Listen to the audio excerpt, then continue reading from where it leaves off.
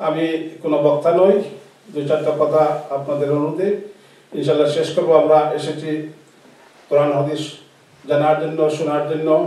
আমাদের মধ্যে ওলামায়ে কেরাম উপস্থিত আছে, অবশ্যই ওনারা কিছুক্ষণের মধ্যে ওয়াজ করবেন। ইনশাল্লাহ আমরা ওনাদের কাছ থেকে ওনাদের মূল্যবান বয়ান মনোযোগ সহকারে শুনবো এবং প্র্যাকটিক্যাল অ্যাপ্লিকেশনের দিকেও খেয়াল দিব। তো আল্লাহ পাক রব্বুল আলামিন বলতেছেন, কাইফা তাকফুরুনা বিল্লাহি কুনতুম আমওয়াতান ফাআহইয়াকুম সুম্মা ইউমীতুকুম সুম্মা ইউহয়ীকুম সুম্মা ইলাইহি তুরজাউন। যে আশ্চর্যান্বিত অবস্থা, যে কি জন্য, ইংলিশে দেশে বলে যে হাউ কাম। আপনি যদি একটা লোককে এখানে এস্টাবলিশ করার জন্য চেষ্টা করেন, দেশ থেকে নিয়ে আসেন, বাসায় রাখেন, অনেক কষ্ট করেন, তারপরে এই লোকটা যদি আপনার এগেইনস্টে চলে যায়, উল্টো দিকে চলে যায়, আপনি বলবেন এটা স্বাভাবিক কথা, যে কি হয়ে গেল, কি অবস্থা, যে তোমার জন্য আমি এত কিছু করলাম আর তুমি এখন আমাকে চিনো না, তুমি আমার এগেইনস্টে কাজ করতেছো। এটা ভেরি ন্যাচারাল। তো আল্লাহ পাক রব্বুল আলামিন বলতেছেন, কাইফা তাকফুরুনা বিল্লাহি, যে মানব জাতিকে স্মরণ করিয়ে দিচ্ছেন যে এমন এক সময় ছিল তুমি তো কিছুই ছিলে না, তোমার কোনো এক্সিস্টেন্স ছিল না, তোমাকে কেউ জানতো না, তোমাকে আমি আল্লাহ পাক রব্বুল আলামিন আমাদেরকে এই জীবনে নিয়ে আসছেন, তোমার তো কোনো এক্সিস্টেন্স ছিল না, তোমার সম্পর্কে কেউ কিছু জানতো না, সেই অস্তিত্বহীন অবস্থা থেকে তোমাকে আমি এই পৃথিবীতে নিয়ে এসেছি। আর এক আয়াতের মধ্যে আল্লাহ বলতেছেন, হাল আতা আলাল ইনসান হিনুম মিনাদ দাহরি লাম ইয়াকুন শাইআন মাযকুরা ইন্না খালাকনাল ইনসানা মিন নুতফাতিন আমশাজিন নাবতালিহি ফাজআলনাহু সামিআন বাসীরা। যে এক সময় ছিল আমাদের জীবনে, প্রত্যেক মানবের একটু খেয়াল করলেই হয় যে আমরা কিছুই ছিলাম না, আমাদের প্যারেন্টস, আত্মীয় স্বজন, দেশ, কেউ কিছু জানতো না আপনার সম্পর্কে। আল্লাহ পাক রব্বুল আলামিন দয়া পরামর্শে আপনাদেরকে আমাদেরকে এই পৃথিবীতে নিয়ে এসেছেন। এবং যখন আমরা একটু বড় হলাম, এই জন্য আল্লাহ বলতেছেন যে মানব জাতির উচিত তার সৃষ্টির দিকে, কিভাবে তাকে তৈরি করা হলো সেদিকে একটু খেয়াল দেওয়া, চিন্তা করা। চিন্তা করলে আমরা বুঝতে পারবো যে আমরা কে, কোথা থেকে এসেছি, আমাদের কর্তব্য কি, কোথায় আমরা যাব। এগুলা খুবই ইম্পর্টেন্ট। যখন যে কোনো একজন লোক থিসিস লিখতে যায়, পিএইচডি হোক, ডিএসসি হোক, পেপার লিখতে যায়, সেখানে 3টা পয়েন্ট খুব ইম্পর্টেন্ট। এর মধ্যে প্রথম ইম্পর্টেন্ট পয়েন্ট হচ্ছে অবজেক্টিভ। তুমি যেটা লিখতে যাচ্ছ, এই কাজটা করতে যাচ্ছ, অবজেক্টিভটা কি। তো আমাদের যদি আমরা বুঝতে পারি আমরা কোথা থেকে এসেছি, কিভাবে এসেছি, এবং আমাদের জীবনের লক্ষ্যটা কি, জীবনের লক্ষ্যটা কি। তো আমি এখানে অনেক সময় ওই রোগীদের মধ্যে এবং ইয়ং জেনারেশন তাদেরকে প্রশ্ন করি, শুধু বাঙালি নয়, অন্যান্য দেশি লোকদেরকে। কিছুদিন আগে একটা ছেলেকে জিজ্ঞেস করলাম, সে ক্লাস 9 গ্রেডের স্টুডেন্ট, যে তোমাকে কে সৃষ্টি করেছে, হু ক্রিয়েটেড ইউ। তো সে বলল মাম অ্যান্ড ড্যাড, পিতা মাতা, আর তার সাথে ছিল তার দাদি। তো দাদি এটা মানে একটু লজ্জাবোধ করতেছিল, সে মানে চাচ্ছিল সে যেন বলে গড, কিন্তু ছেলে তার বলতে পারে নাই, তার গ্র্যান্ডসান বলতে পারে নাই। তখন আমি তাকে বোঝানোর চেষ্টা করলাম, দেখেন এই ছেলেরা সে বলতেছে মাম অ্যান্ড ড্যাড। আল্লাহ পাক রব্বুল আলামিন সেই জন্য কুরআন শরীফে বলতেছেন, আফারাইতুম মা তুমনুন আনতুম তাখলুকুনাহু আম নাহনুল খালিকুন। ছেলের করে বলতেছেন, তুমি জানো না তোমার সৃষ্টিকর্তাকে, কে তোমাকে সৃষ্টি করেছে। এই ছেলেকে, আমাদের ছেলে মেয়েদেরকে তো সে জ্ঞান দিতে হবে, না হয় জানবে কিভাবে। আফারাইতুম মা তুমনুন আনতুম তাখলুকুনাহু আম নাহনুল খালিকুন।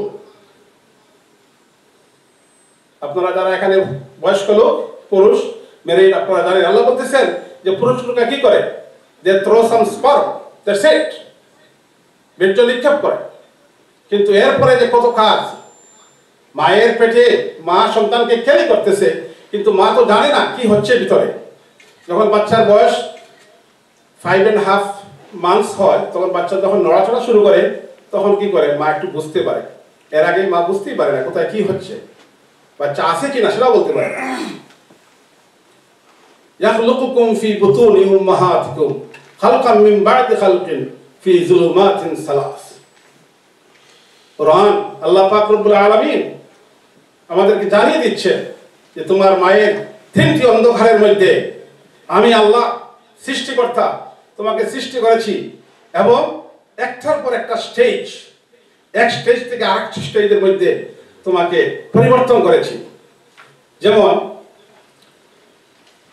প্রথম স্টেজ পিতার স্পারমেটোজোয়া এবং মায়ের পেট থেকে যেটা আসে অভাম বলে ডাক্তারি ভাষায়, সেটাকে যে ইউনিয়ন হয় সেটাকে এটার পরে যেটা তৈরি হয় এটার নাম হচ্ছে জাইগট, ডাক্তারি ভাষায় জাইগট বলে। সেই জাইগটটা কিছুদিন মাত্র 24 আওয়ার্স, এরপর এটা আবার চেঞ্জ হয়ে ব্লাস্টোমের একটা নাম আছে এইভাবে। কিন্তু আল্লাহ বলতেছেন যে এইভাবে তোমাকে একটা স্টেজ থেকে আরেকটা স্টেজের মধ্যে পরিবর্তন করে অবশেষে তুমি কি সুন্দর ফেটাস হয়ে বের হয়ে আসো। ফাতাবারাকাল্লাহু আহসানুল খালিকিন, তোমাকে কে সেই সুন্দর ফেটাস হিসেবে তৈরি করলো? এটা তো আল্লাহ পাক রব্বুল আলামিন। ইলেকট্রনিক মাইক্রোস্কোপ আবিষ্কার হওয়ার আগে এটা জানার কোনো উপায় ছিল না। এমনকি এদেশের যে বৈজ্ঞানিক এমব্রিওলজি স্টাডি করে সে বলতেছে যে কোরআন 1400 বছর আগে এই কথা বলতেছে যে একটা স্টেজ থেকে আরেকটা স্টেজে নিয়ে কিভাবে তোমাকে তৈরি করা হচ্ছে, বিভিন্ন phase of development in embryology. 1400 বছর আগে সে কোন মানুষের জানার উপায় ছিল না। আর আমরা 150 বছর আগে ইলেকট্রনিক মাইক্রোস্কোপ আবিষ্কার করে আমরা এগুলা জানতে পারতেছি যে কিভাবে আল্লাহ একটা স্টেজ থেকে আরেকটা স্টেজে নিয়ে কিভাবে মানুষের ডেভেলপমেন্ট হয় মায়ের পেটের মধ্যে। সেটা মা কিছু করতেছে না, যে করতেছে কে? আল্লাহ সুবহানাহু ওয়া তাআলা। ইয়াখলুকুকুম ফি বুতুনি উম্মাহাতিকুম খালকাম মিন বা'দি খালকিন ফি যুলুমাতিন সালাস। একটা স্টেজ থেকে আরেকটা স্টেজে নিয়ে কি সুন্দরভাবে আপনাকে, যেমন এখানে কিছু ডাক্তারি হিসাবে কিছু বলা দরকার বোঝার জন্য। আল্লাহ সৃষ্টি যে এটা অদ্ভুত এবং এটা মানুষের সামান্য জ্ঞান দিয়ে বোঝা বড় মুশকিল। একটা স্পারমেটোজোয়া এটার সাইজ হচ্ছে 8 মাইক্রন, এত ছোট। 1 ইঞ্চির 25,000 ভাগের 1 ভাগ হচ্ছে মাইক্রন। চিন্তা করেন কত ছোট। যখন একটা এজাকুলেশন হয় সেখানে নর্মাল 60 থেকে 80 মিলিয়ন স্পারমেটোজোয়া থাকতে হবে। যদি কম হয় বাচ্চা হবে না। 60 থেকে 80 মিলিয়ন। এখন চিন্তা করেন একসাথে 60 to 80 মিলিয়ন স্পারমেটোজোয়া এটা মুভ করতেছে। 60 to 80 মিলিয়ন। এখানে যদি বলা হয় যে 1000 মানুষ এই দরজা দিয়ে কি আগে আসে ঢুকবে, সেখানে কত সিকিউরিটি দরকার, পুলিশ বাহিনী, তাই না? কত ধরনের ঝামেলা হতে পারে। কিন্তু এই 60 to 80 মিলিয়ন স্পারমেটোজোয়া মুভ করতেছে এবং একটা শুধু পেনিট্রেট করবে, করার সাথে সাথে এভরিথিং স্টপ। এই যে সুন্দর রেগুলেশন, এটা কে করতেছে? সুবহানাল্লাহ। চিন্তা করেন 60 to 80 মিলিয়ন স্পারমেটোজোয়া মুভ করতেছে, একটা ওভাবে পেনিট্রেট করার সাথে সাথে দ্যাটস ইট, অন্য আর কেউ ঢুকতে পারে না। এইগুলা কে রেগুলেট করতেছে, কিভাবে? এবং ডাক্তারি বিদ্যা এটার উত্তর দিতে পারতেছে না যে হোয়াই 60 মিলিয়ন। 60 মিলিয়ন থেকে কম হলে তখন আর বাচ্চা হচ্ছে না, এটা পুরুষের দুর্বলতার কারণে। এই 60 to 80 মিলিয়ন স্পারমেটোজোয়া এইগুলাকে কে রেগুলেট করতেছে? এগুলা আমাদের বোঝার দরকার যে আমাদের সৃষ্টি ফালিয়ানজুরুল ইনসানু মিম্মা খুলিকা মিন মাইন দাফিকিন ইয়াখরুজু মিন বাইনিস সুলবি ওয়াত তারাব। এইজন্য আল্লাহ বলতেছেন যে মানুষের উচিত তাদের লক্ষ্য করা তাদের সৃষ্টির দিকে। সৃষ্টির দিকে যদি আমরা লক্ষ্য করি তাহলে আমরা বুঝতে পারবো যে আমি তো কিছুই না, কিভাবে আল্লাহ পাক রব্বুল আলামিন আমাদেরকে সৃষ্টি করেছেন, আমাকে সৃষ্টি করেছেন। তারপরে আমি যখন বড় হলাম, পৃথিবীতে আসলাম, এখন আমি আল্লাহকে চিনি না, বুঝি না। আমরা বুদ্ধিজীবী হয়ে গেছি, ধারণের থিওরি ফলো করি। সাধারণ একজন মানুষ গ্রেট ব্রিটেনে থেকে বড় হয়ে সে ভুটানে স্টাডি করে, সে বলতেছে সে নিজস্ব থিওরি দিচ্ছে, আর সেই থিওরির দিকে আমাদের ছেলেমেয়েরা ধাবিত হচ্ছে। এর কারণ কোরআনের যে দর্শন ওরা জানে না, ওদের ঠিকভাবে শেখানো হয় নাই।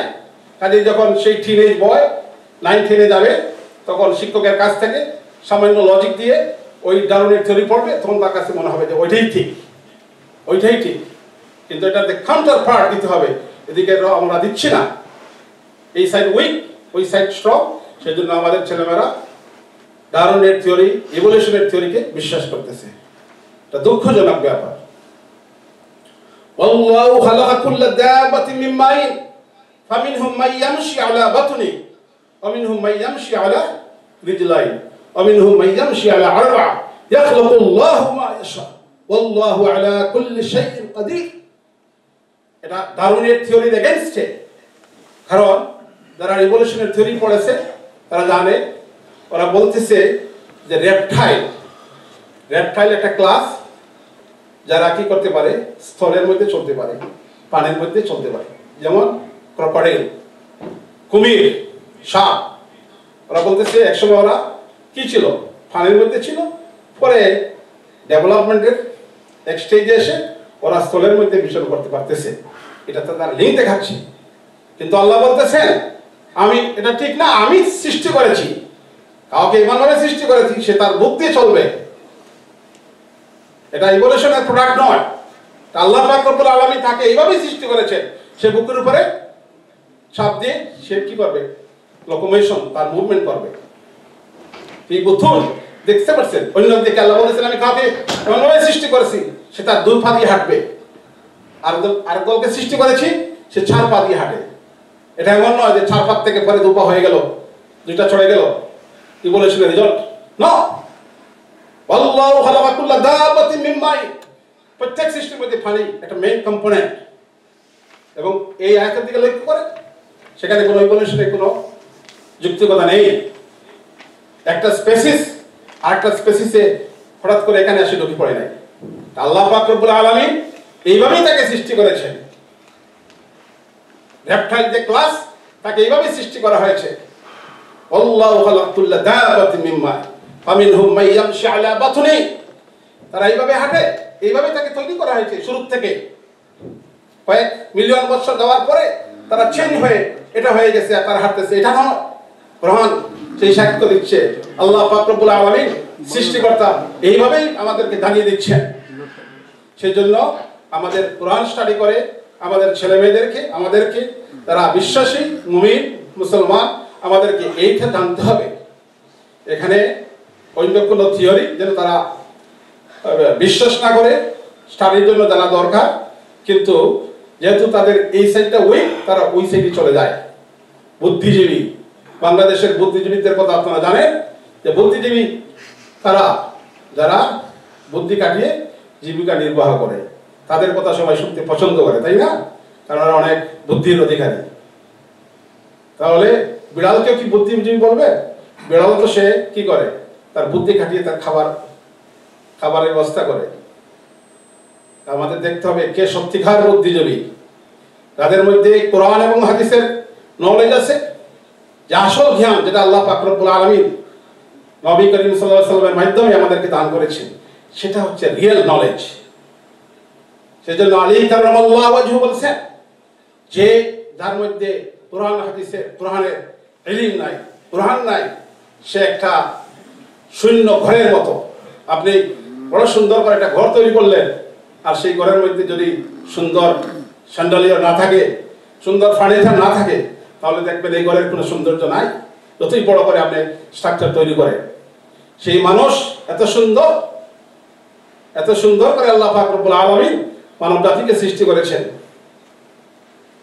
এবং ভিতরে যদি কোরআন না থাকে, যে যদি তার সৃষ্টিকর্তাকে না জানে, কে তাকে সৃষ্টি করলো, সেই সৃষ্টিকর্তার প্রতি তার কি কর্তব্য সে যদি না জানে, সৃষ্টিকর্তাকে অস্বীকার করে, তার মতো আনগ্রেটফুল কি হইতে পারে?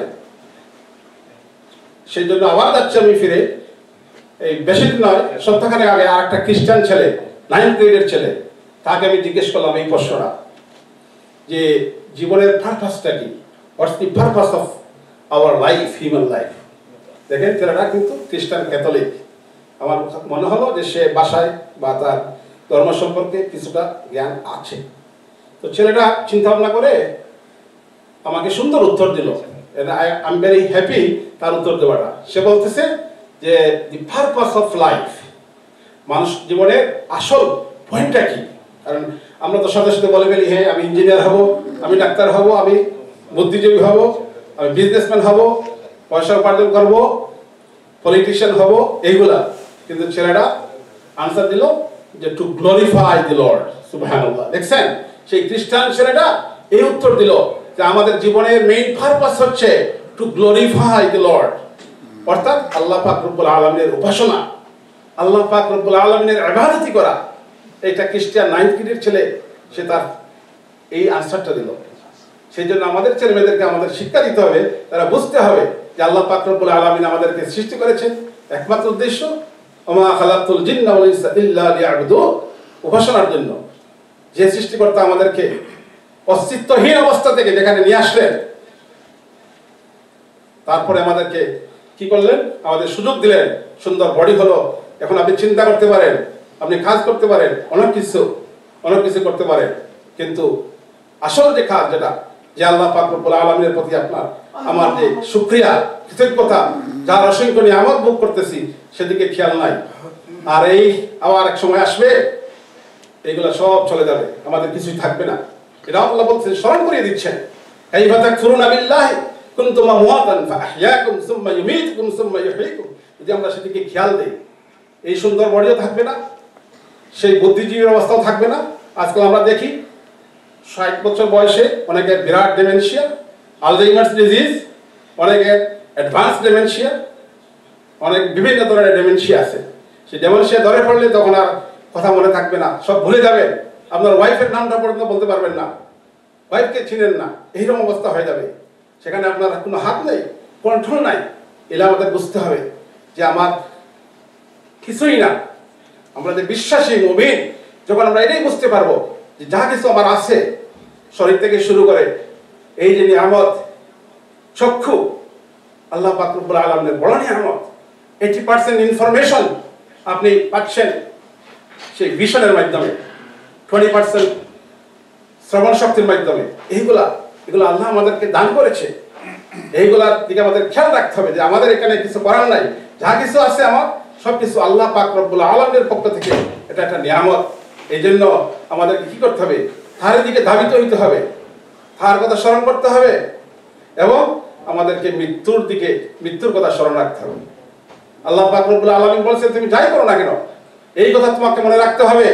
তুমি চন্দ্র গ্রহে যাও, মঙ্গল গ্রহে যাও, তোমাকে স্মরণ করতে হবে যে একদিন আল্লাহ পাক রব্বুল আলামিনের দরবারে তোমাকে ফিরে আসতে হবে। এই কথা যদি আমরা স্মরণ করি এবং এইভাবে যদি আমাদের জীবন গঠন করি, তাহলে মৃত্যু আমাদের ভয়ের কোনো কারণ হবে না। মৃত্যু অবশ্যম্ভাবী, মৃত্যুর থেকে রেহাই পাওয়ার উপায় নেই। তো ইনশাল্লাহ আমার বক্তব্য দীর্ঘায়িত করতেছি না, ওলামা ইকরাম আছেন, ওনারা বলবেন। তো আমার এটাই হচ্ছে যে আমাদেরকে আমাদের মোটো অফ লাইফ বুঝতে হবে, আমাদের বাচ্চাদেরকে, নেক্সট জেনারেশনকে এটাই বুঝতে হবে যে ঋণং কৃতং গৃহং, যেটা ওমর খায়ম বলেছিল, পাক ভারত উপমহাদেশে যে বড় ফিলোসফার, যে তোমার ঘি খাওয়ার ইচ্ছা হয়েছে, এখানে তো ঘি কোনো ব্যাপারই না, তাই না? তো সেটা কথা না, কথা হচ্ছে যে তোমার ম্যাটেরিয়ালিস্টিক উইশ, এটাকে ফুলফিল করার জন্য যা দরকার এটা করে দাও, চিন্তার কি কারণ? কিন্তু ইসলামের ফিলোসফি সেটা নয়। নবী করিম সাল্লাল্লাহু আলাইহি ওয়াসাল্লাম এটাকে ডেমনস্ট্রেট করে দেখিয়ে দিয়েছেন সবাইকে যে আখিরাত মোর ইম্পর্টেন্ট, পরকাল মোর ইম্পর্টেন্ট। কবরের জীবনের দিকে চিন্তা করতে হবে, কবরের সামনা নিতে হবে, মানুষের সাথে ভালো ব্যবহার করতে হবে। আজকে কি যে অবস্থা, শুধু বাংলাদেশে নয়, সারা পৃথিবীর মধ্যে। কেন? কারণ আমরা সবাই দুনিয়ামুখী, আখিরাতকে ভয় পাচ্ছি না। আমরা নিরীহ মানুষকে হত্যা করছি, কি জন্য? কোনো ভয় নাই, যা ইচ্ছা তাই করতেছি। আল্লাহ পাক রব্বুল আলামিন বলতেছেন, এটা আমার পৃথিবী, এখানে তোমাকে কোনো ধরনের করাপশন চলবে না। কিন্তু এগুলো তো কেউ শুনতেছে না। ফাযাক্কির বিল কুরআন মান ইয়াখাফু ওয়াঈদ, কারণ তার আখিরাতের ভয় নাই। তাকে আপনি কোরআন বলে আর তাকে হাদিস বলে তো সে বুঝবে না। সেজন্য আমাদের লোকদেরকে কি করতে হবে? আখিরাতের ভয়, দুজকের পিচ্ছা, এইগুলো ওলামায়ে কেরামদের বেশি বেশি করে মানুষের কাছে তুলে ধরতে হবে। আজকাল অনেকে বলে যে এটা হাস, বেশি বললে মানুষ ভয় পেয়ে যাবে। ভয় পাওয়ার কথা, বাশীরাম ওয়া নাযীরা। কোরআন শরীফে আল্লাহ বলতেছেন তার নবীকে পাঠাইছেন সুখবর, এদিকে বেহেশতের সুখবর দিবেন, অন্যদিকে দুজকের সেটাও বলতে হবে। বাশীরান ওয়া নাযীরা। এটা যখন মানুষ আখিরাতকে ভয় পাবে। ওয়ান এক্সাম্পল, যখন সোভিয়েত ইউনিয়ন গার্বাচোভের আসলো, ওই দেশের লোক খুব বেশি মদ খায় আপনারা জানেন, তখন এটা বন্ধ করার জন্য অনেক ধরনের সে চেষ্টা করেছে। গার্বাচভ শুধু ফিলিস্তিনই কেন, অনেকভাবে চেষ্টা করেছে কি করার জন্য, মদ বন্ধ করার জন্য।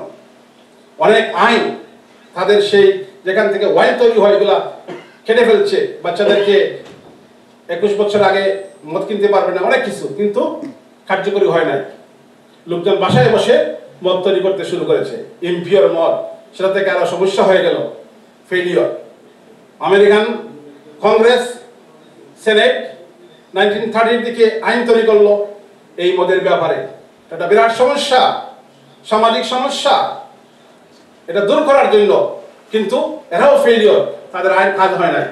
কিন্তু সেদিন নবী করিম সাল্লাল্লাহু আলাইহি ওয়াসাল্লাম যে আইন দিলেন কোরআনের মাধ্যমে, কোরআন শরীফ থেকে, যে মদ্যপানীদের অ্যালকোহল এটা প্রহিবিটেড, হারাম। নারায়ে তাকবীর, আল্লাহু আকবার, নারায়ে তাকবীর, আল্লাহু আকবার, নারায়ে রিসালাত, ইয়া রাসূলুল্লাহ, নারায়ে রিসালাত, ইয়া রাসূলুল্লাহ। প্রধান অতিথি সাহেবের আগমন, প্রধান অতিথি সাহেবের আগমন। আলহামদুলিল্লাহ, আমাদের সভাস্থলে মাত্র আমাদের প্রধান অতিথি, আজকের সভার প্রধান আকর্ষণ শুধু লন্ডন থেকে আগত বিশিষ্ট ইসলামী চিন্তাবিদ শাইখুল হাদিস আল্লামা আব্দুল জলিল সাহেব এই মুহূর্তে আমাদের সভাস্থলে এসে উপস্থিত হয়েছেন। ইনশাআল্লাহ যথাসময়ে আমাদের প্রধান অতিথি সাহেব বক্তব্য রাখবেন। আপনারা সবাই ধৈর্য ধারণ করে বসার জন্য আমি অনুরোধ করছি। তো ইনশাআল্লাহ আমি এখনই শেষ করতেছি। যখন সেই আইন প্রকাশিত হলো, সাথে সাথে মদিনার রাস্তার মধ্যে মদ, সবাই যারা একটু আগে মদ পান করেছিল সেটা ভিতর থেকে বাহির করার চেষ্টা করেছিল। দেখেন কত এফেক্টিভ সেই আইন। সেই জন্য যখন, কারণ তারা পরকালকে ঠিকভাবে গুরুত্ব দিয়েছিল, পরকালের বিশ্বাস, পরকালের আযাব, এগুলা রিয়েল ভাবে অন্তরের মধ্যে দৃঢ়বদ্ধ ছিল বলেই এই আইন সাথে সাথে কাজ হয়েছে। সেই জন্য আমাদেরকে আখিরাতকে গুরুত্ব দিতে হবে, পরকালের দিকে আমাদেরকে ধাবিত হতে হবে। তাহলে আমরা দুনিয়ার অন্যায়, অবিচার, পাপ থেকে দূরে থাকবো এবং আমাদের নেক্সট জেনারেশন সবাইকে এইভাবে আমরা তৈরি করবো। ওয়া আখিরু দাওয়ানা আলহামদুলিল্লাহি রাব্বিল আলামিন। আসসালামু আলাইকুম। আলহামদুলিল্লাহ, সম্মানিত হাজিরিন, আমরা এতক্ষণ গুরুত্বপূর্ণ বক্তব্য শুনছিলাম সুদূর ফিলাডেলফিয়া থেকে আগত আঞ্জুমানে আল ইসলাহ ইউএসএ সেন্ট্রাল কমিটির সম্মানিত সহসভাপতি জনাব ডাক্তার আব্দুল মালিক সাহেবের কাছ থেকে আমাদের জীবনের অনেক কিছু শিক্ষণীয় বিষয় কোরআন হাদিস থেকে ডাক্তার সাহেব খুব সুন্দরভাবে আলোচনা করেছেন। আল্লাহ রাব্বুল আলামিন যেন আমাদের এই ডাক্তার সাহেবকে আরো হায়াত বাড়িয়ে দেন, আল্লাহুম্মা আমিন। আজকের এই মাহফিলে আমরা যারা উপস্থিত হয়েছি, আল্লাহ যেন আমাদেরকে এই আলোচনা থেকে সবাইকে ফায়দামন্দ করেন। কাল কিয়ামতের ময়দানে এই মাহফিলের জরিয়া যেন আমাদের সবাইকে মাফ করে দেন, আল্লাহুম্মা আমিন। সম্মানিত হাজিরিন, আপনারা দেখেছেন ইতিপূর্বে আমাদের মাহফিলের প্রধান অতিথি এসে হাজির হয়েছে। ইনশাআল্লাহ হুজুরের বয়ান আমরা আজকে শুনবো। কিছুক্ষণ পরেই আমরা যার ইশারে সহ মাহফিলে উপস্থিত হয়েছি, আপনারা সবাই জানেন শামসুল উলামা আল্লামা ফুলতলি সাহেব রহমতুল্লাহি আজকের 7ম ইশারে সহ মাহফিল। 7 বছর আগে এই দুনিয়া থেকে যিনি বিদায় হয়েছেন, যার জন্ম 1913 সালে বাংলাদেশের প্রত্যন্ত একটা গৌরবময় ফ্যামিলি, সম্ভ্রান্ত একটা ফ্যামিলিতে, সিলেটের বৃহত্তর সিলেটের জকিগঞ্জ থানার, সিলেট জেলার জকিগঞ্জ থানা যার জন্ম হয়েছে। আলিম ফ্যামিলিতে, যার পিতা ছিলেন প্রখ্যাত ফকিহ মুফতি হযরতুল আল্লাহ হযরত মাওলানা আব্দুল মজিদ সাহেব, যার গর্বে এই গর্বিত সন্তান আল্লাহ রাব্বুল আলামিন জমিনের মধ্যে প্রেরণ করেছিলেন। জন্মসূত্রে আলিম ফ্যামিলি থেকে আল্লামা ফুলতলি সাহেব কিবলা রহমতুল্লাহি আলাইহির জীবন শুরু হয়েছে। জন্মের কিছুদিন পরেই উনার শ্রদ্ধেয় পিতা যান ফকির মুফতি হযরত মাওলানা আব্দুল মজিদ সাহেবকে পিতাকে হারান। এই এতিম অবস্থায় উনার চাচাতো ভাই জনাব ফাতির আলী সাহেবের কাছে প্রাথমিক শিক্ষা গ্রহণ করেন। মক্তবের শিক্ষার পরেই এই এরিয়াতে কিছু শিক্ষা গ্রহণ করার পরে 1938 সালে আল্লামা সাহেবুল্লাহ ফুলতলি চলে যান ভারতের বদরপুর মাদ্রাসায়। সেখানে উনি ইলমে হাদিস, ইলমে ফিকহ সকল বিষয়ে শিক্ষা অর্জন করেন। আমরা যতটুকু জেনেছি আল্লামা সাহেবুল্লাহ ফুলতলির জীবন দশায় কখনো সেকেন্ড হন নাই, প্রতিটা ক্লাসেই আল্লাহ রাব্বুল আলামিনের বান্দা সব সময় ফার্স্ট হয়েছেন। এমনকি ওনার টিচাররা যেদিন ক্লাসে উপস্থিত না থাকতেন পাঠদান করাইতেন না, যে এই ছাত্র ভালো ছাত্র উপস্থিত না থাকলে টিচারদের মনে আগ্রহ আসে না পড়াইতে। আল্লামা ফুলতলি সাহেব রহমতুল্লাহ আলাইহি যখনই ক্লাসে থাকতেন না, টিচাররা এই মন ভেঙে যেত, পড়াইতেন না ওই দিন। এতে বোঝা যায় যে তার উস্তাদের কত মায়ার ছাত্র ছিলেন, কত মেধাবী একজন ছাত্র, যিনি সারা বাংলাদেশের একজন শ্রেষ্ঠ ফকিহ, শ্রেষ্ঠ মুহাদ্দিস, মুফাসসির, রইসুল কুররা সকল বিষয়ে বুদ্ধি অর্জন করে সারা ওয়ার্ল্ডকে আলোকিত করেছিলেন। আল্লাহ রাব্বুল আলামিন যেন এই বান্দাকে জান্নাতুল ফেরদাউস নসিব করে। সম্মানিত হাজিরিন, এই পর্যায়ে আপনাদের সম্মুখে গুরুত্বপূর্ণ বক্তব্য রাখবেন আঞ্জুমানে আল ইসলাহ ইউএসএ সম্মানিত সেক্রেটারি, প্রাকচেষ্টা জামে মসজিদের সুনামধন্য খতিব হযরতুল আল্লাহ হযরত মাওলানা মঈনুল ইসলাম সাহেব। ওনার বক্তব্যের পরেই যদি কোনো উলামায়ে কেরাম আসেন বক্তব্য রাখবেন, আদারওয়াইজ আমাদের প্রধান অতিথি সাহেব বক্তব্য দিবেন ইনশাআল্লাহ।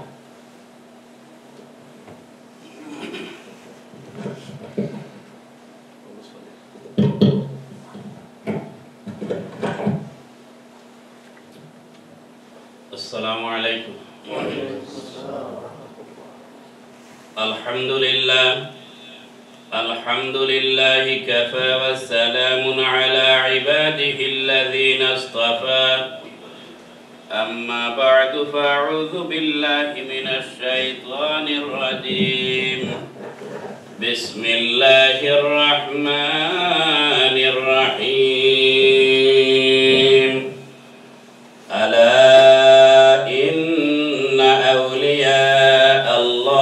لا خوف عليهم ولا هم يحزنون.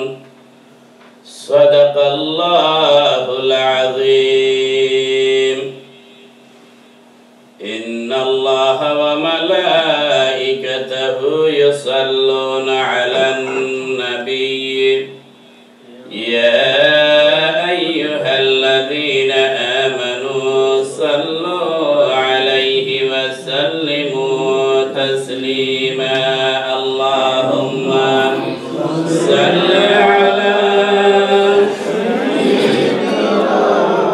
مولانا محمد وعلى آل سيدنا شفيعنا.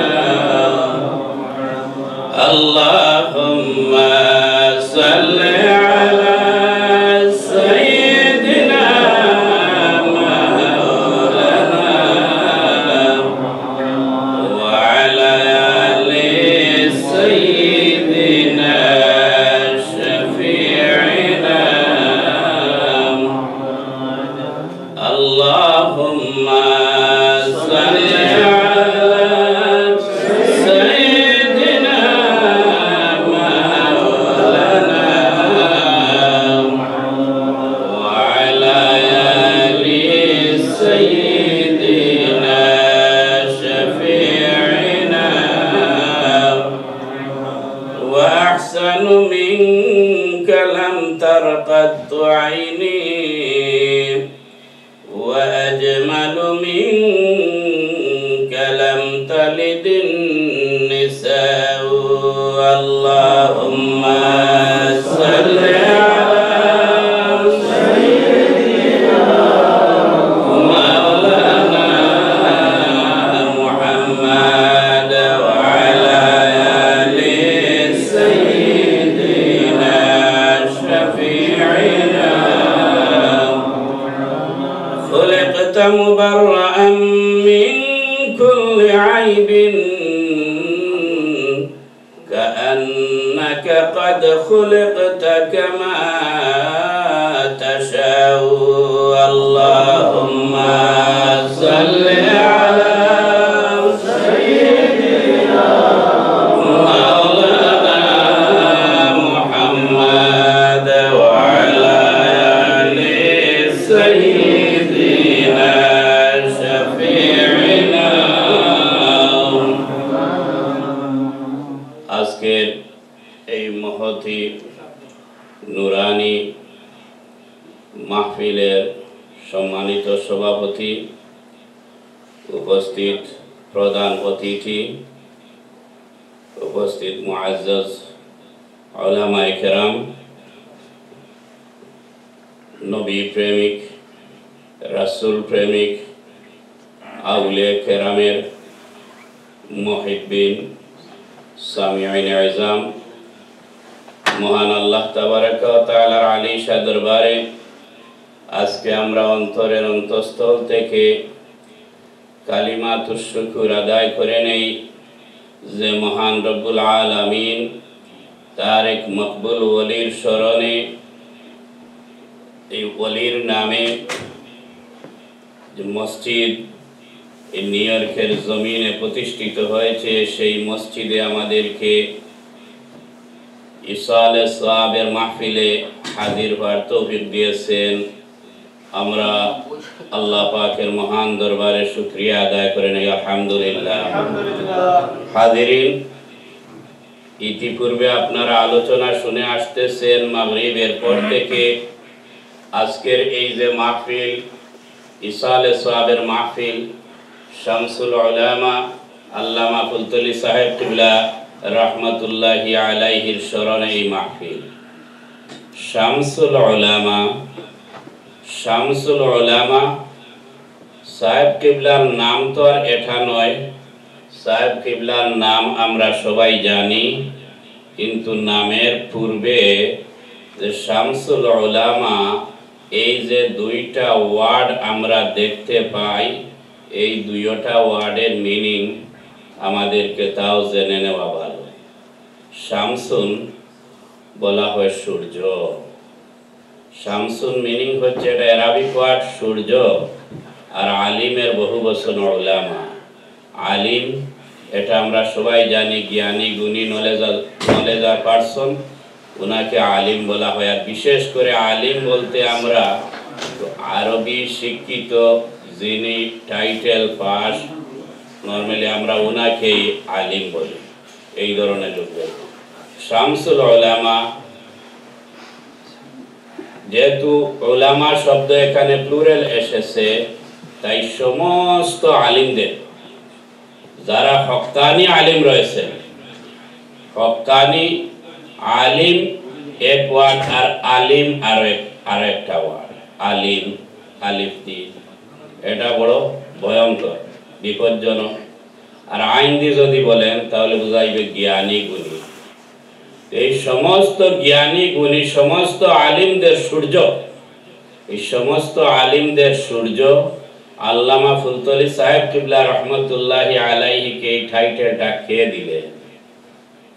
যারা ওই ওয়ার্ডের মিনিং ভালোভাবে বুঝেন, তারাই বুঝে শুনে এই বাংলার জমিনে যত হক্কানি উলামায়ে কেরাম রয়েছেন, সমস্ত উলামায়ে কেরাম এক বাক্যে কথার উপর একমত যে ফুলতলি সাহেব রহমতুল্লাহি আলাইহি যে সময়ে এই জমিনে ছিলেন, আল্লাহর ওলির সমপর্যায়ের জ্ঞানী, গুণী আলিম, হক্কানি আলিম এই জমিনে আর ছিলেন না বললেই চলে।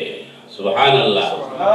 আল্লাহ তাবারাক ওয়া তাআলা তার বান্দাকে কেমন মকবুলিয়ত দান করেছিলেন, যারা এক একটা সমাজকে, এক একটা এলাকাকে, এক একটা ডিস্ট্রিক্টকে আলোকিত করেছেন তাদের আধ্যাত্মিকতার বিনিময়ে, তাদের জ্ঞান দিয়ে, তাদের ইলম দিয়ে। ওই সমস্ত জ্ঞানী গুণী ওই সমস্ত বরেণ্য লোকেরা এক বাক্যে স্বীকার করেছেন যে ফুলতলি সাহেব রহমতুল্লাহি আলাইহি হচ্ছে অদ্বিতীয় এক মনীষী, যার সমপর্যায়ের তৎকালীন সময়ে আলিম উলামা পাওয়া খুবই দুরূহ ছিল। অতএব সমস্ত উলামায়ে কেরাম সাহেব কিবলা রহমতুল্লাহি আলাইহিকে এই লকব বাই টাইটেল দিয়েছিলেন যে উনি হচ্ছেন আলিমদের আলো, আলিমদের সূর্য, শামসুল উলামা। সুবহানাল্লাহ। হাজিরিনে কেরাম, আল্লাহর সেই মহান ওলির আলোচনায় আজকে আমরা হাজির হয়েছি। হবেন নাই কেন? শামসুল উলামা কেনই বলা হবে না?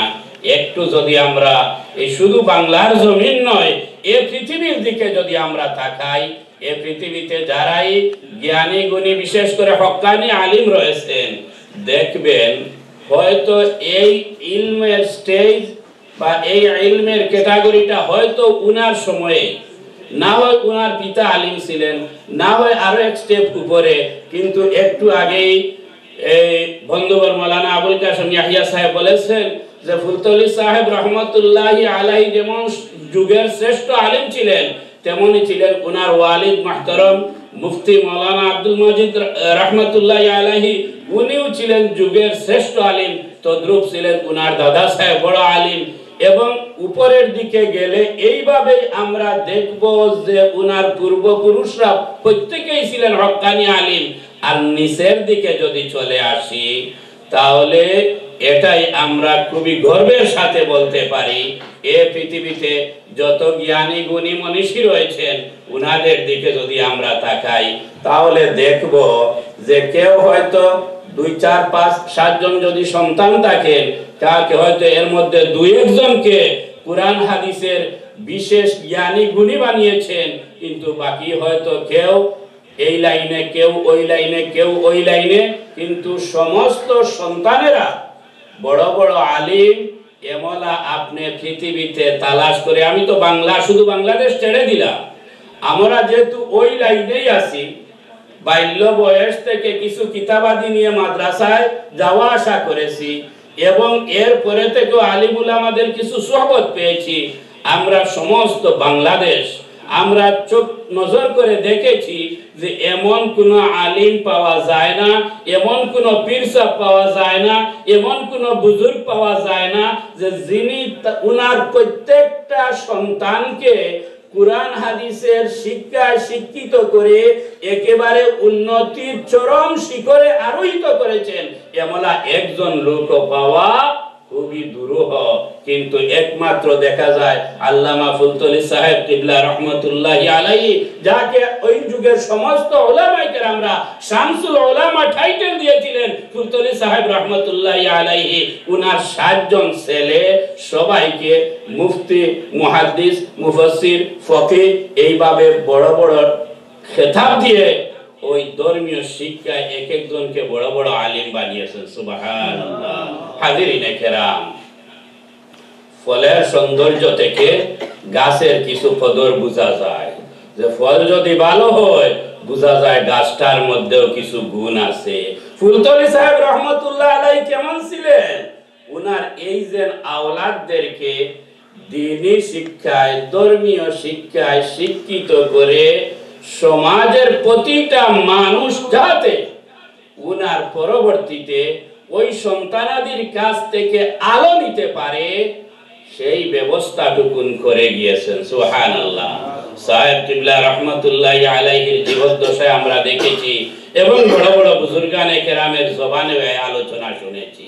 এমনকি একদিন ওই ঢাকা থেকে প্রকাশিত দৈনিক ইনকিলাবের নির্বাহী সম্পাদক রুহুল আমিন খান সাহেব বলেছিলেন যে এ বাংলার জমিনে বহু পীর সাহেব দেখেছি, বহু ওলিয়া উলিয়াকে দেখেছি, যাদের ওই মুরিদান মুহিব্বিনের কোনো অভাব নয়, লক্ষ লক্ষ মুরিদান রয়েছে, কিন্তু অন্যান্য পীর সাহেবদের মুরিদানদের যে ইশক, যে ভালোবাসা তাদের মুর্শিদের প্রতি, ব্যতিক্রমধর্মী ভালোবাসা হচ্ছে ফুলতলি সাহেবের মুরিদানদের।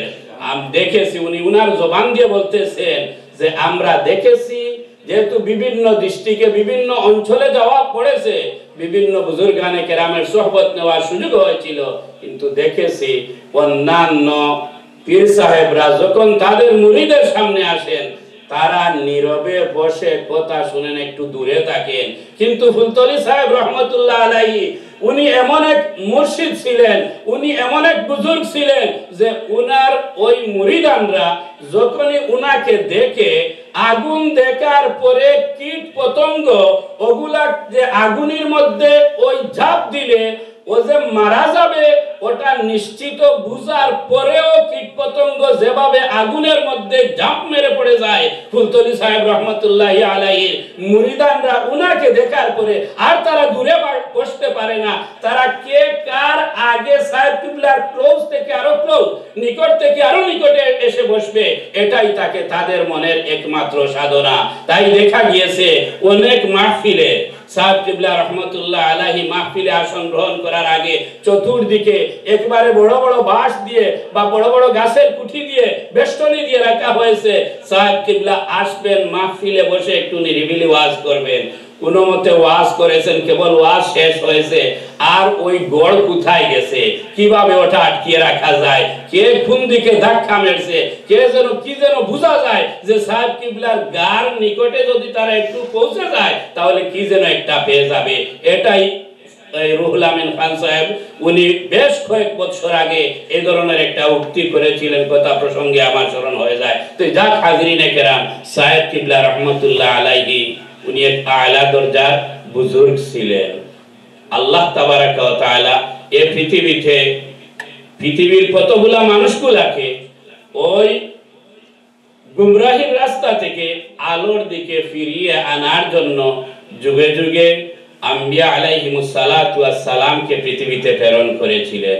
তারা মানুষকে একই দাওয়াত দিয়েছিলেন, লা ইলাহা ইল্লাল্লাহ, লা ইলাহা ইল্লাল্লাহ। যে সমস্ত মানুষগুলা এক আল্লাহর সাথে আরো তাদের নিজের হাতে গড়া মাবুদগুলাকে আল্লাহর সাথে শরীক বানাতে ছিল, আল্লাহ তাবারাকা ওয়া তাআলা ওই সমস্ত নবী রাসূলদের মাধ্যমে ওই লোকগুলাকে এই ভ্রান্ত আকীদা থেকে এক আল্লাহর দিকে ফিরিয়ে আনার জন্য, এক আল্লাহর দাওয়াত দেওয়ার জন্য যুগে যুগে নবী রাসূল পৃথিবীতে অসংখ্য গণিত নবী রাসূল প্রেরণ করেছিলেন। নবী রাসূলদের যখন এই সিস্টেম বন্ধ হয়ে গেল, আল্লাহ তাবারাকা ওয়া তাআলা এক পুরো লোক এমন আল্লাহ পাক তাদেরকে কাবিলিয়ত দান করলেন যারা হচ্ছেন আউলিয়া কেরাম, যাদের ব্যাপারে আল্লাহ তাবারাকা ওয়া তাআলা বলেছেন, আলা ইন্না আউলিয়া আল্লাহি লা খাউফুন আলাইহিম ওয়া লা হুম ইয়াহজানুন। এই যে আয়াত, এই আয়াত থেকে এটা আমরা একেবারে এজ বিলিভার হিসাবে নির্দ্বিধায় এটা মেনে নিতে পারি যে নবী রাসূলদের পরে যুগে যুগে একগুলো লোক পৃথিবীতে আছেন যারা হচ্ছেন আউলিয়া কেরাম। আর আমরা আমাদের ভাষায় যাদেরকে পীর সাহেব বলে থাকি, ওই সমস্ত লোকেরা মানুষকে দুনিয়ার কোনো তালিম দেন নাই। কিভাবে বাড়ি 10 তলা বাড়ি বানানো যাবে, আর ব্যবসা প্রতিষ্ঠান কয়েকটা বানানো যাবে, আর ওইভাবে চাকরি নকরি বাড়ানো যাবে, প্রপার্টি বাড়ানো যাবে, ওই সমস্ত দাওয়াত কোনো বুজুর্গ, কোনো আউলিয়া কেরাম, কোনো মুহিব্বিন মুরিদানকে দেন নাই। তাদের একটি মাত্র মিশন ছিল যে ওই খোদাদ্রোহিতাকে ছেড়ে দিয়ে, গুনার কাজগুলাকে ছেড়ে দিয়ে এক আল্লাহর গোলামের দিকে মানুষকে উদ্বুদ্ধ করা। তারা মানুষকে এই একই কলিমার দাওয়াত দিতেন যে কলিমার দাওয়াত দিয়েছিলেন নবী রাসূলরা। এবং নবী ইব্রাহিম আলাইহিস সালাতু ওয়াস সালাম আল্লাহর দরবারে একটা দোয়া করেছিলেন, রব্বানা ওয়া বা'আথ ফীহিম রাসূলাম মিনহুম ইয়াতলু আলাইহিম আয়াতিকা ওয়া ইউআল্লিমুহুমুল কিতাবা ওয়াল হিকমাতা ওয়া ইউযাক্কিহিম ইন্নাকা আনতাল আজিজুল হাকীম। সুবহানাল্লাহ। আপনার আমার নবী দু জাহানের সরদার নবী মুহাম্মদুর রাসূলুল্লাহ সাল্লাল্লাহু আলাইহি ওয়াসাল্লাম এই পৃথিবীতে আগমনের কয়েক হাজার বছর পূর্বে নবী ইব্রাহিম আলাইহিস সালাতু ওয়াস সালাম ওনার যুগে আল্লাহর দরবারে একটা দোয়া করেছিলেন, আল্লাহ এমন একজন নবী, এমন একজন রাসূল পৃথিবীতে প্রেরণ করো তাদের মধ্য থেকে যে রাসূল তাদেরকে ইয়াতলু আলাইহিম আয়াতিকা, তাদেরকে তোমার আয়াত তিলাওয়াত করে শোনাবে। যে নবী তাদেরকে তার স্বজাতির লোকদেরকে তোমার আয়াত তিলাওয়াত করে শোনাবে, আয়াত তিলাওয়াত করে শোনাবেন এমলা একজন নবী প্রেরণ করো।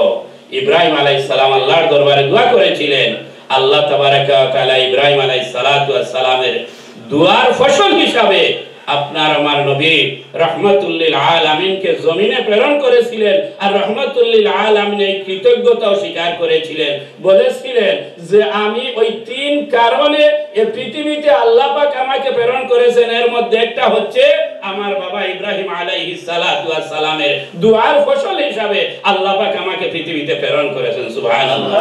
তিনটা রিজনের মধ্যে একটা রিজন ইব্রাহিম আলাইহিস সালাতু ওয়াস সালামের সেই দুআর কৃতজ্ঞতা স্বীকার করেছিলেন নবী মুহাম্মদুর রাসূলুল্লাহ সাল্লাল্লাহু আলাইহি ওয়াসাল্লাম। হাজিরিন, কেন আমি এই আয়াত সামনে নিয়ে আসলাম? আনফরচুনেটলি এই আয়াত আনার উদ্দেশ্যই হচ্ছে যে ইব্রাহিম আলাইহিস সালাতু ওয়াস সালাম প্রায় 4500 বছর আগে আপনার আমার নবীর জন্য দোয়া করেছিলেন, আর এও দোয়া করেছিলেন যে নবী দিবেন ইয়াতলু আলাইহিম আয়াতিকা, ওই নবী তোমার আয়াতকে তাদের কাছে তিলাওয়াত করে শোনাবেন। আপনার আমার মুর্শিদ শামসুল উলামা সাহেব কিবলা রাহমাতুল্লাহি আলাইহি ওই লাইফের মিশনের দিকে একটু নজর করেন। একটু আগেই বলেছি উনার 7 জন ছেলে রয়েছে, 7 জন হচ্ছেন মুহাক্কিক আলিম, 7 জন হচ্ছেন মুহাদ্দিস, মুফতি, মুফাসসির।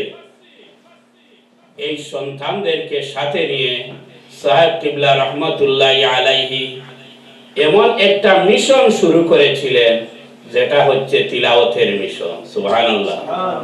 যেটা হচ্ছে তিলাওয়াতের মিশন।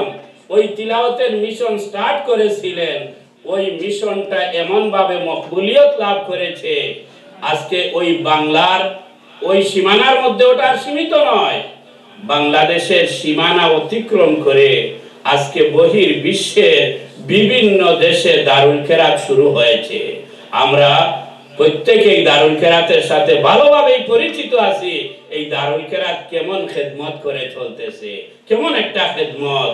ওই ইয়াতলু আলাইহিম আয়াতিকা, আমার নবী পৃথিবীতে আসার 4500 বছর পূর্বে নবী ইব্রাহিম আলাইহিস সালাতু ওয়াস সালাম দোয়া করেছিলেন এমন একজন নবী পাঠাও যিনি তোমার আয়াতকে তিলাওয়াত করবেন তার স্বজাতির কাছে।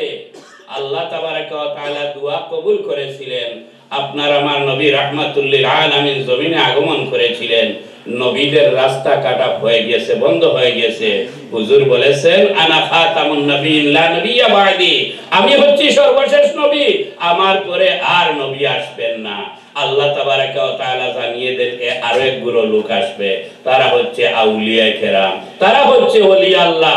ওলি আল্লাহ মিনিং হচ্ছে আল্লাহর বন্ধু। ওলি মিন বন্ধু, ক্লোজ, আল্লাহর বন্ধু।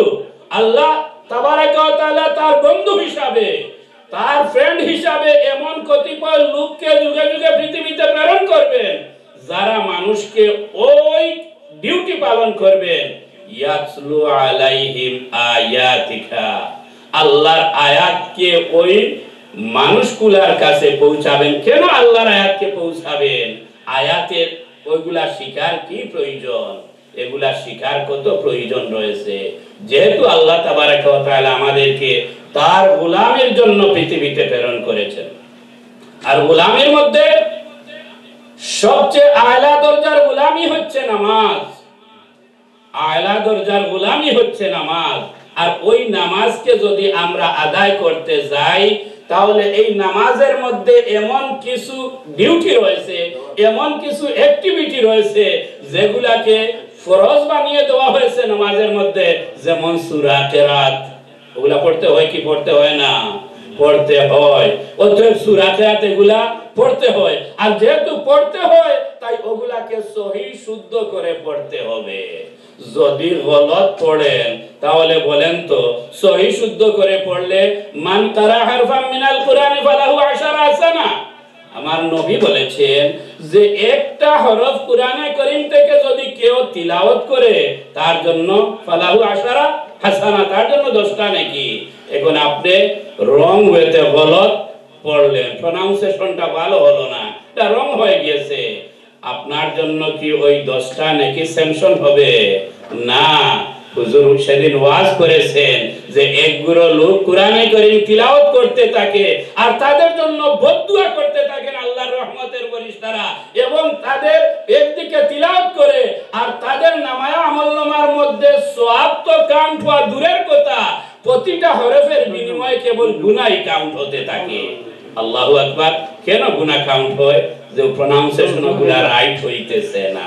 তাই হাজিরিনে কেরাম, মানুষের তিলাওয়াত যেহেতু আল্লাহর কালাম হচ্ছে আল্লাহ পাকের কালাম, এটা কালামুল্লাহ, এটা হচ্ছে নূর, এটা হচ্ছে পাওয়ার, এটা হচ্ছে অত্যন্ত ফজিলতপূর্ণ কিতাব, যে কোরআনে কারীমের সমপর্যায়ের কিতাব আল্লাহর আসমানের মধ্যেও নাই, আল্লাহ পাক এমলা কিতাব নাজিল আর করেনও নাই এবং আর নাজিল করার তো কোথাও নাই। এই কোরআনে কারীম এমন একটা ব্যতিক্রমধর্মী কিতাব যে কোরআনে কারীমের সমপর্যায়ের কিতাব আল্লাহ পাক আর নাজিল করেন নাই। এই একটা মহান কালাম কিতাব কালামুল্লাহ শরীফ, এই কালামুল্লাহ শরীফকে সহি শুদ্ধ করে ওটাকে মানুষকে শিখানোর এই জিম্মাদারিটা নিয়েছিলেন সাহেব কিবলা রহমাতুল্লাহ আলাইহি। নারে তাকবীর, নারে তাকবীর। হযরত মাওলানা শরীফউদ্দিন সাহেব, হযরত মাওলানা শরীফউদ্দিন সাহেব, নারে তাকবীর। আঞ্জুমানে আল ইসলাম, পবিত্র ইসালে সওয়াব মাহফিল। আলহামদুলিল্লাহ হাজিরিন, একের পর এক উলামায়ে কেরাম আমাদের সম্মুখে হাজির হতেছেন। ইনশাআল্লাহ ওনাদের জবান থেকে আমি বয়ান শুনবো, আর আমি দীর্ঘায়িত করছি না, শুধু এটা এই কথা বলে আমার কথা শেষ করছি যে সাহেব কিবলা রহমতুল্লাহ আলাইহি ছিলেন একজন অদ্বিতীয় বুজুর্গ, যুগের মনীষী, শামসুল উলামা, সমস্ত আলিমদের সূর্য, সমস্ত আলিমদের সিরতাজ সাহেব কিবলা রহমতুল্লাহি আলাইহি। সেই মহান ব্যক্তিত্বের জীবনী নিয়ে আজকে এখানে এই আলোচনা মাহফিল বা ইসালে সাওয়াবের মাহফিল শুরু হয়েছে। ইনশাআল্লাহ এই ধরনের মাহফিল থেকে আমরা খালি যাব না, আমরা আমাদের মুআজ্জাজ মেহমানগণের জবান থেকে আরো বেশি কথা শুনবো। হাজিরিন, আমরা সবাই আজকে এই মাহফিলে হাজির হয়েছি বেশি কথা বলার জন্য নয়, বরং এই সাহেব কিবলার রুহানি ফয়েজে ফয়জিয়া হওয়ার জন্য। আজকে দিন আমরা উনার আলোচনা মাহফিলে শরীক হয়েছি। আল্লাহ পাক আউলিয়া কেরামের পজিশনকে এত উঁচু করে দিয়েছেন যে আল্লাহর যদি মনসা হয়ে যায় আমাদের এই মাহফিলের খবর সাহেব কিবলা রহমতুল্লাহি আলাইহির দরবারে পৌঁছিবে। যেহেতু কোন মানুষ মারা যাওয়ার পরে যখন কোন জিন্দার পক্ষ থেকে কিছু সওয়াব রেসানি করা হয়, সওয়াব প্রেরণ করা হয়, দান খয়রাত, তাসবিহ, তাহলিল, জিকির, আজকার, এই সমস্ত যে কোনো একটা গুড অ্যাক্টিভিটির মাধ্যমে ওই ময়্যতাকে স্মরণ করা হয়। যদি ওই ময়্যতার কবরে এই সওয়াব পৌঁছিতে পারে, যাদের ব্যাপারে আল্লাহ পাক বলে দিয়েছেন আলা ইন্না আউলিয়া আল্লাহি লা খাউফুন আলাইহিম ওয়া লা হুম ইয়াহজানুন লাহুমুল বুশরা ফিল হায়াতিদ দুনিয়া ওয়া ফিল আখিরাহ, আল্লাহ পাক এই সার্টিফিকেট তাদেরকে দিয়ে দিয়েছেন। অতএব আজকে আমরা এখানে বসে আছি, আমাদের খবর এই মাহফিলের খবর থেকে সাহেব কিবলা রহমতুল্লাহ আলাইহি বেখবর নয়। অতএব একই না বিশ্বাস রাখবেন, ইনশাআল্লাহ উনার রুহানি ফয়েজে ফয়জিয়াব হয়ে আজকের এই মাহফিল থেকে আমরা বিদায় নিব। আল্লাহ যেন আমাদের সবার পক্ষ থেকে মাহফিলকে কবুল করে নেন, আমিন। ওয়া আখিরু দাওয়ানা আলহামদুলিল্লাহি রাব্বিল আলামিন। সম্মানিত হাজিরিন, আমরা এতক্ষণ গুরুত্বপূর্ণ বক্তব্য শুনছিলাম আঞ্জুমানে আল ইসলাহ ইউএসএর মোহতারাম সেক্রেটারি জনাব মৌলানা মঈনুল ইসলাম সাহেবের কাছ থেকে। মঞ্চে উপবিষ্ট আছেন আঞ্জুমানে আল ইসলাহ ইউএসএর সহ সভাপতি হযরত মৌলানা শরীফউদ্দিন সাহেব, সুদূর নিউ জার্সি থেকে এসেছেন। আরও উপস্থিত হয়েছেন হযরত মৌলানা সাব্বির আহমদ সাহেব, আপনারা অনেকে জানেন আল ফুরকান মসজিদে উনি অনেকদিন খেদমতে ছিলেন। আঞ্জুমান আল ইসলাহ ইউএসএ কেশিয়ার হিসেবে দায়িত্ব আছেন, অর্থ সম্পাদক। আরও মঞ্চে উপবিষ্ট আছেন জনাব ডাক্তার আবুল খয়ের সাহেব, হযরত মৌলানা হাফিজ জমশেদ হোসেন সাহেব। অনেক বক্তা, আমাদের টাইম কম, এই হিসাবে জনাব মৌলানা সাব্বির আহমদ সাহেব, জমশেদ হোসেন সাহেব, জনাব আবুল খয়ের, ডাক্তার আবুল খয়ের সাহেব, ওদের সম্মতিতেই আমরা এখন বিশেষ অতিথি হিসাবে বক্তব্য রাখার জন্য আমরা সবিনয় অনুরোধ করব জনাব মৌলানা শরীফউদ্দিন সাহেবকে, এরপরই আমাদের প্রধান অতিথির বক্তব্য আমরা শুনবো। যেহেতু আমাদের সময় কম, সেহেতু আমি অনুরোধ করবো জনাব মৌলানা শরীফউদ্দিন সাহেবকে 8টার মধ্যে শেষ করতে, আর 8টা থেকে আমাদের প্রধান অতিথি সাহেব।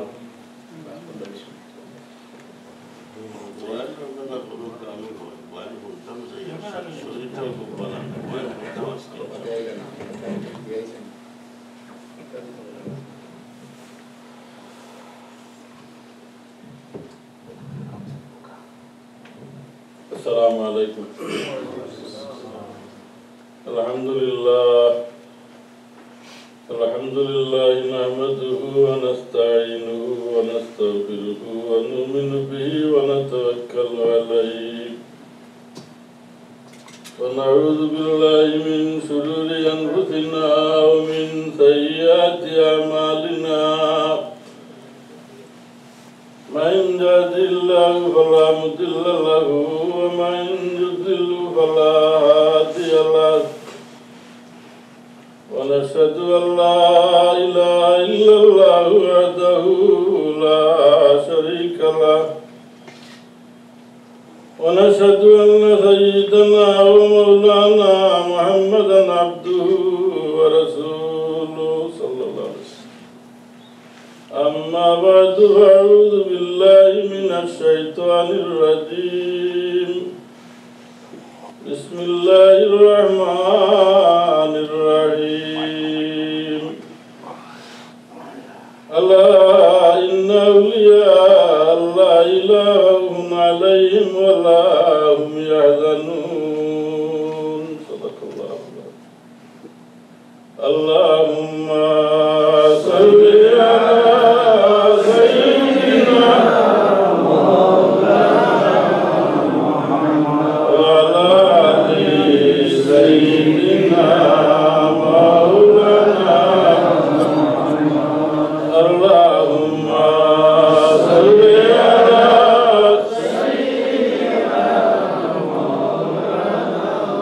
محمد وعلى آل سيدنا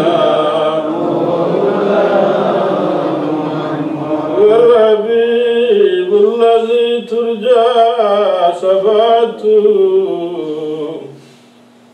لكل حول من الأحوال مقتحم. اللهم صل على سيدنا مولانا محمد وعلى آل سيدنا مولانا. اللهم صل على سيدنا مولانا محمد وعلى آل سيدنا مولانا.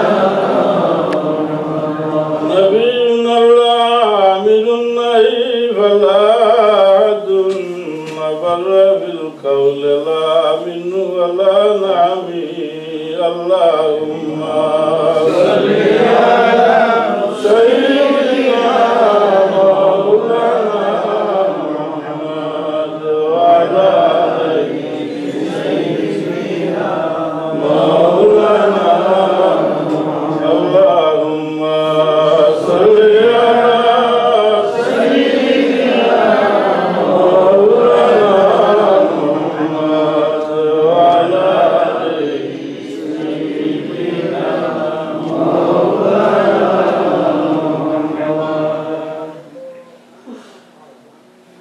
ইসালে সাহেব মাহফিলের সম্মানিত সভাপতি, আঞ্জুমানে আল ইসলাম ইউএস এর সম্মানিত সভাপতি ও আমাদের মাহফিলের প্রধান অতিথি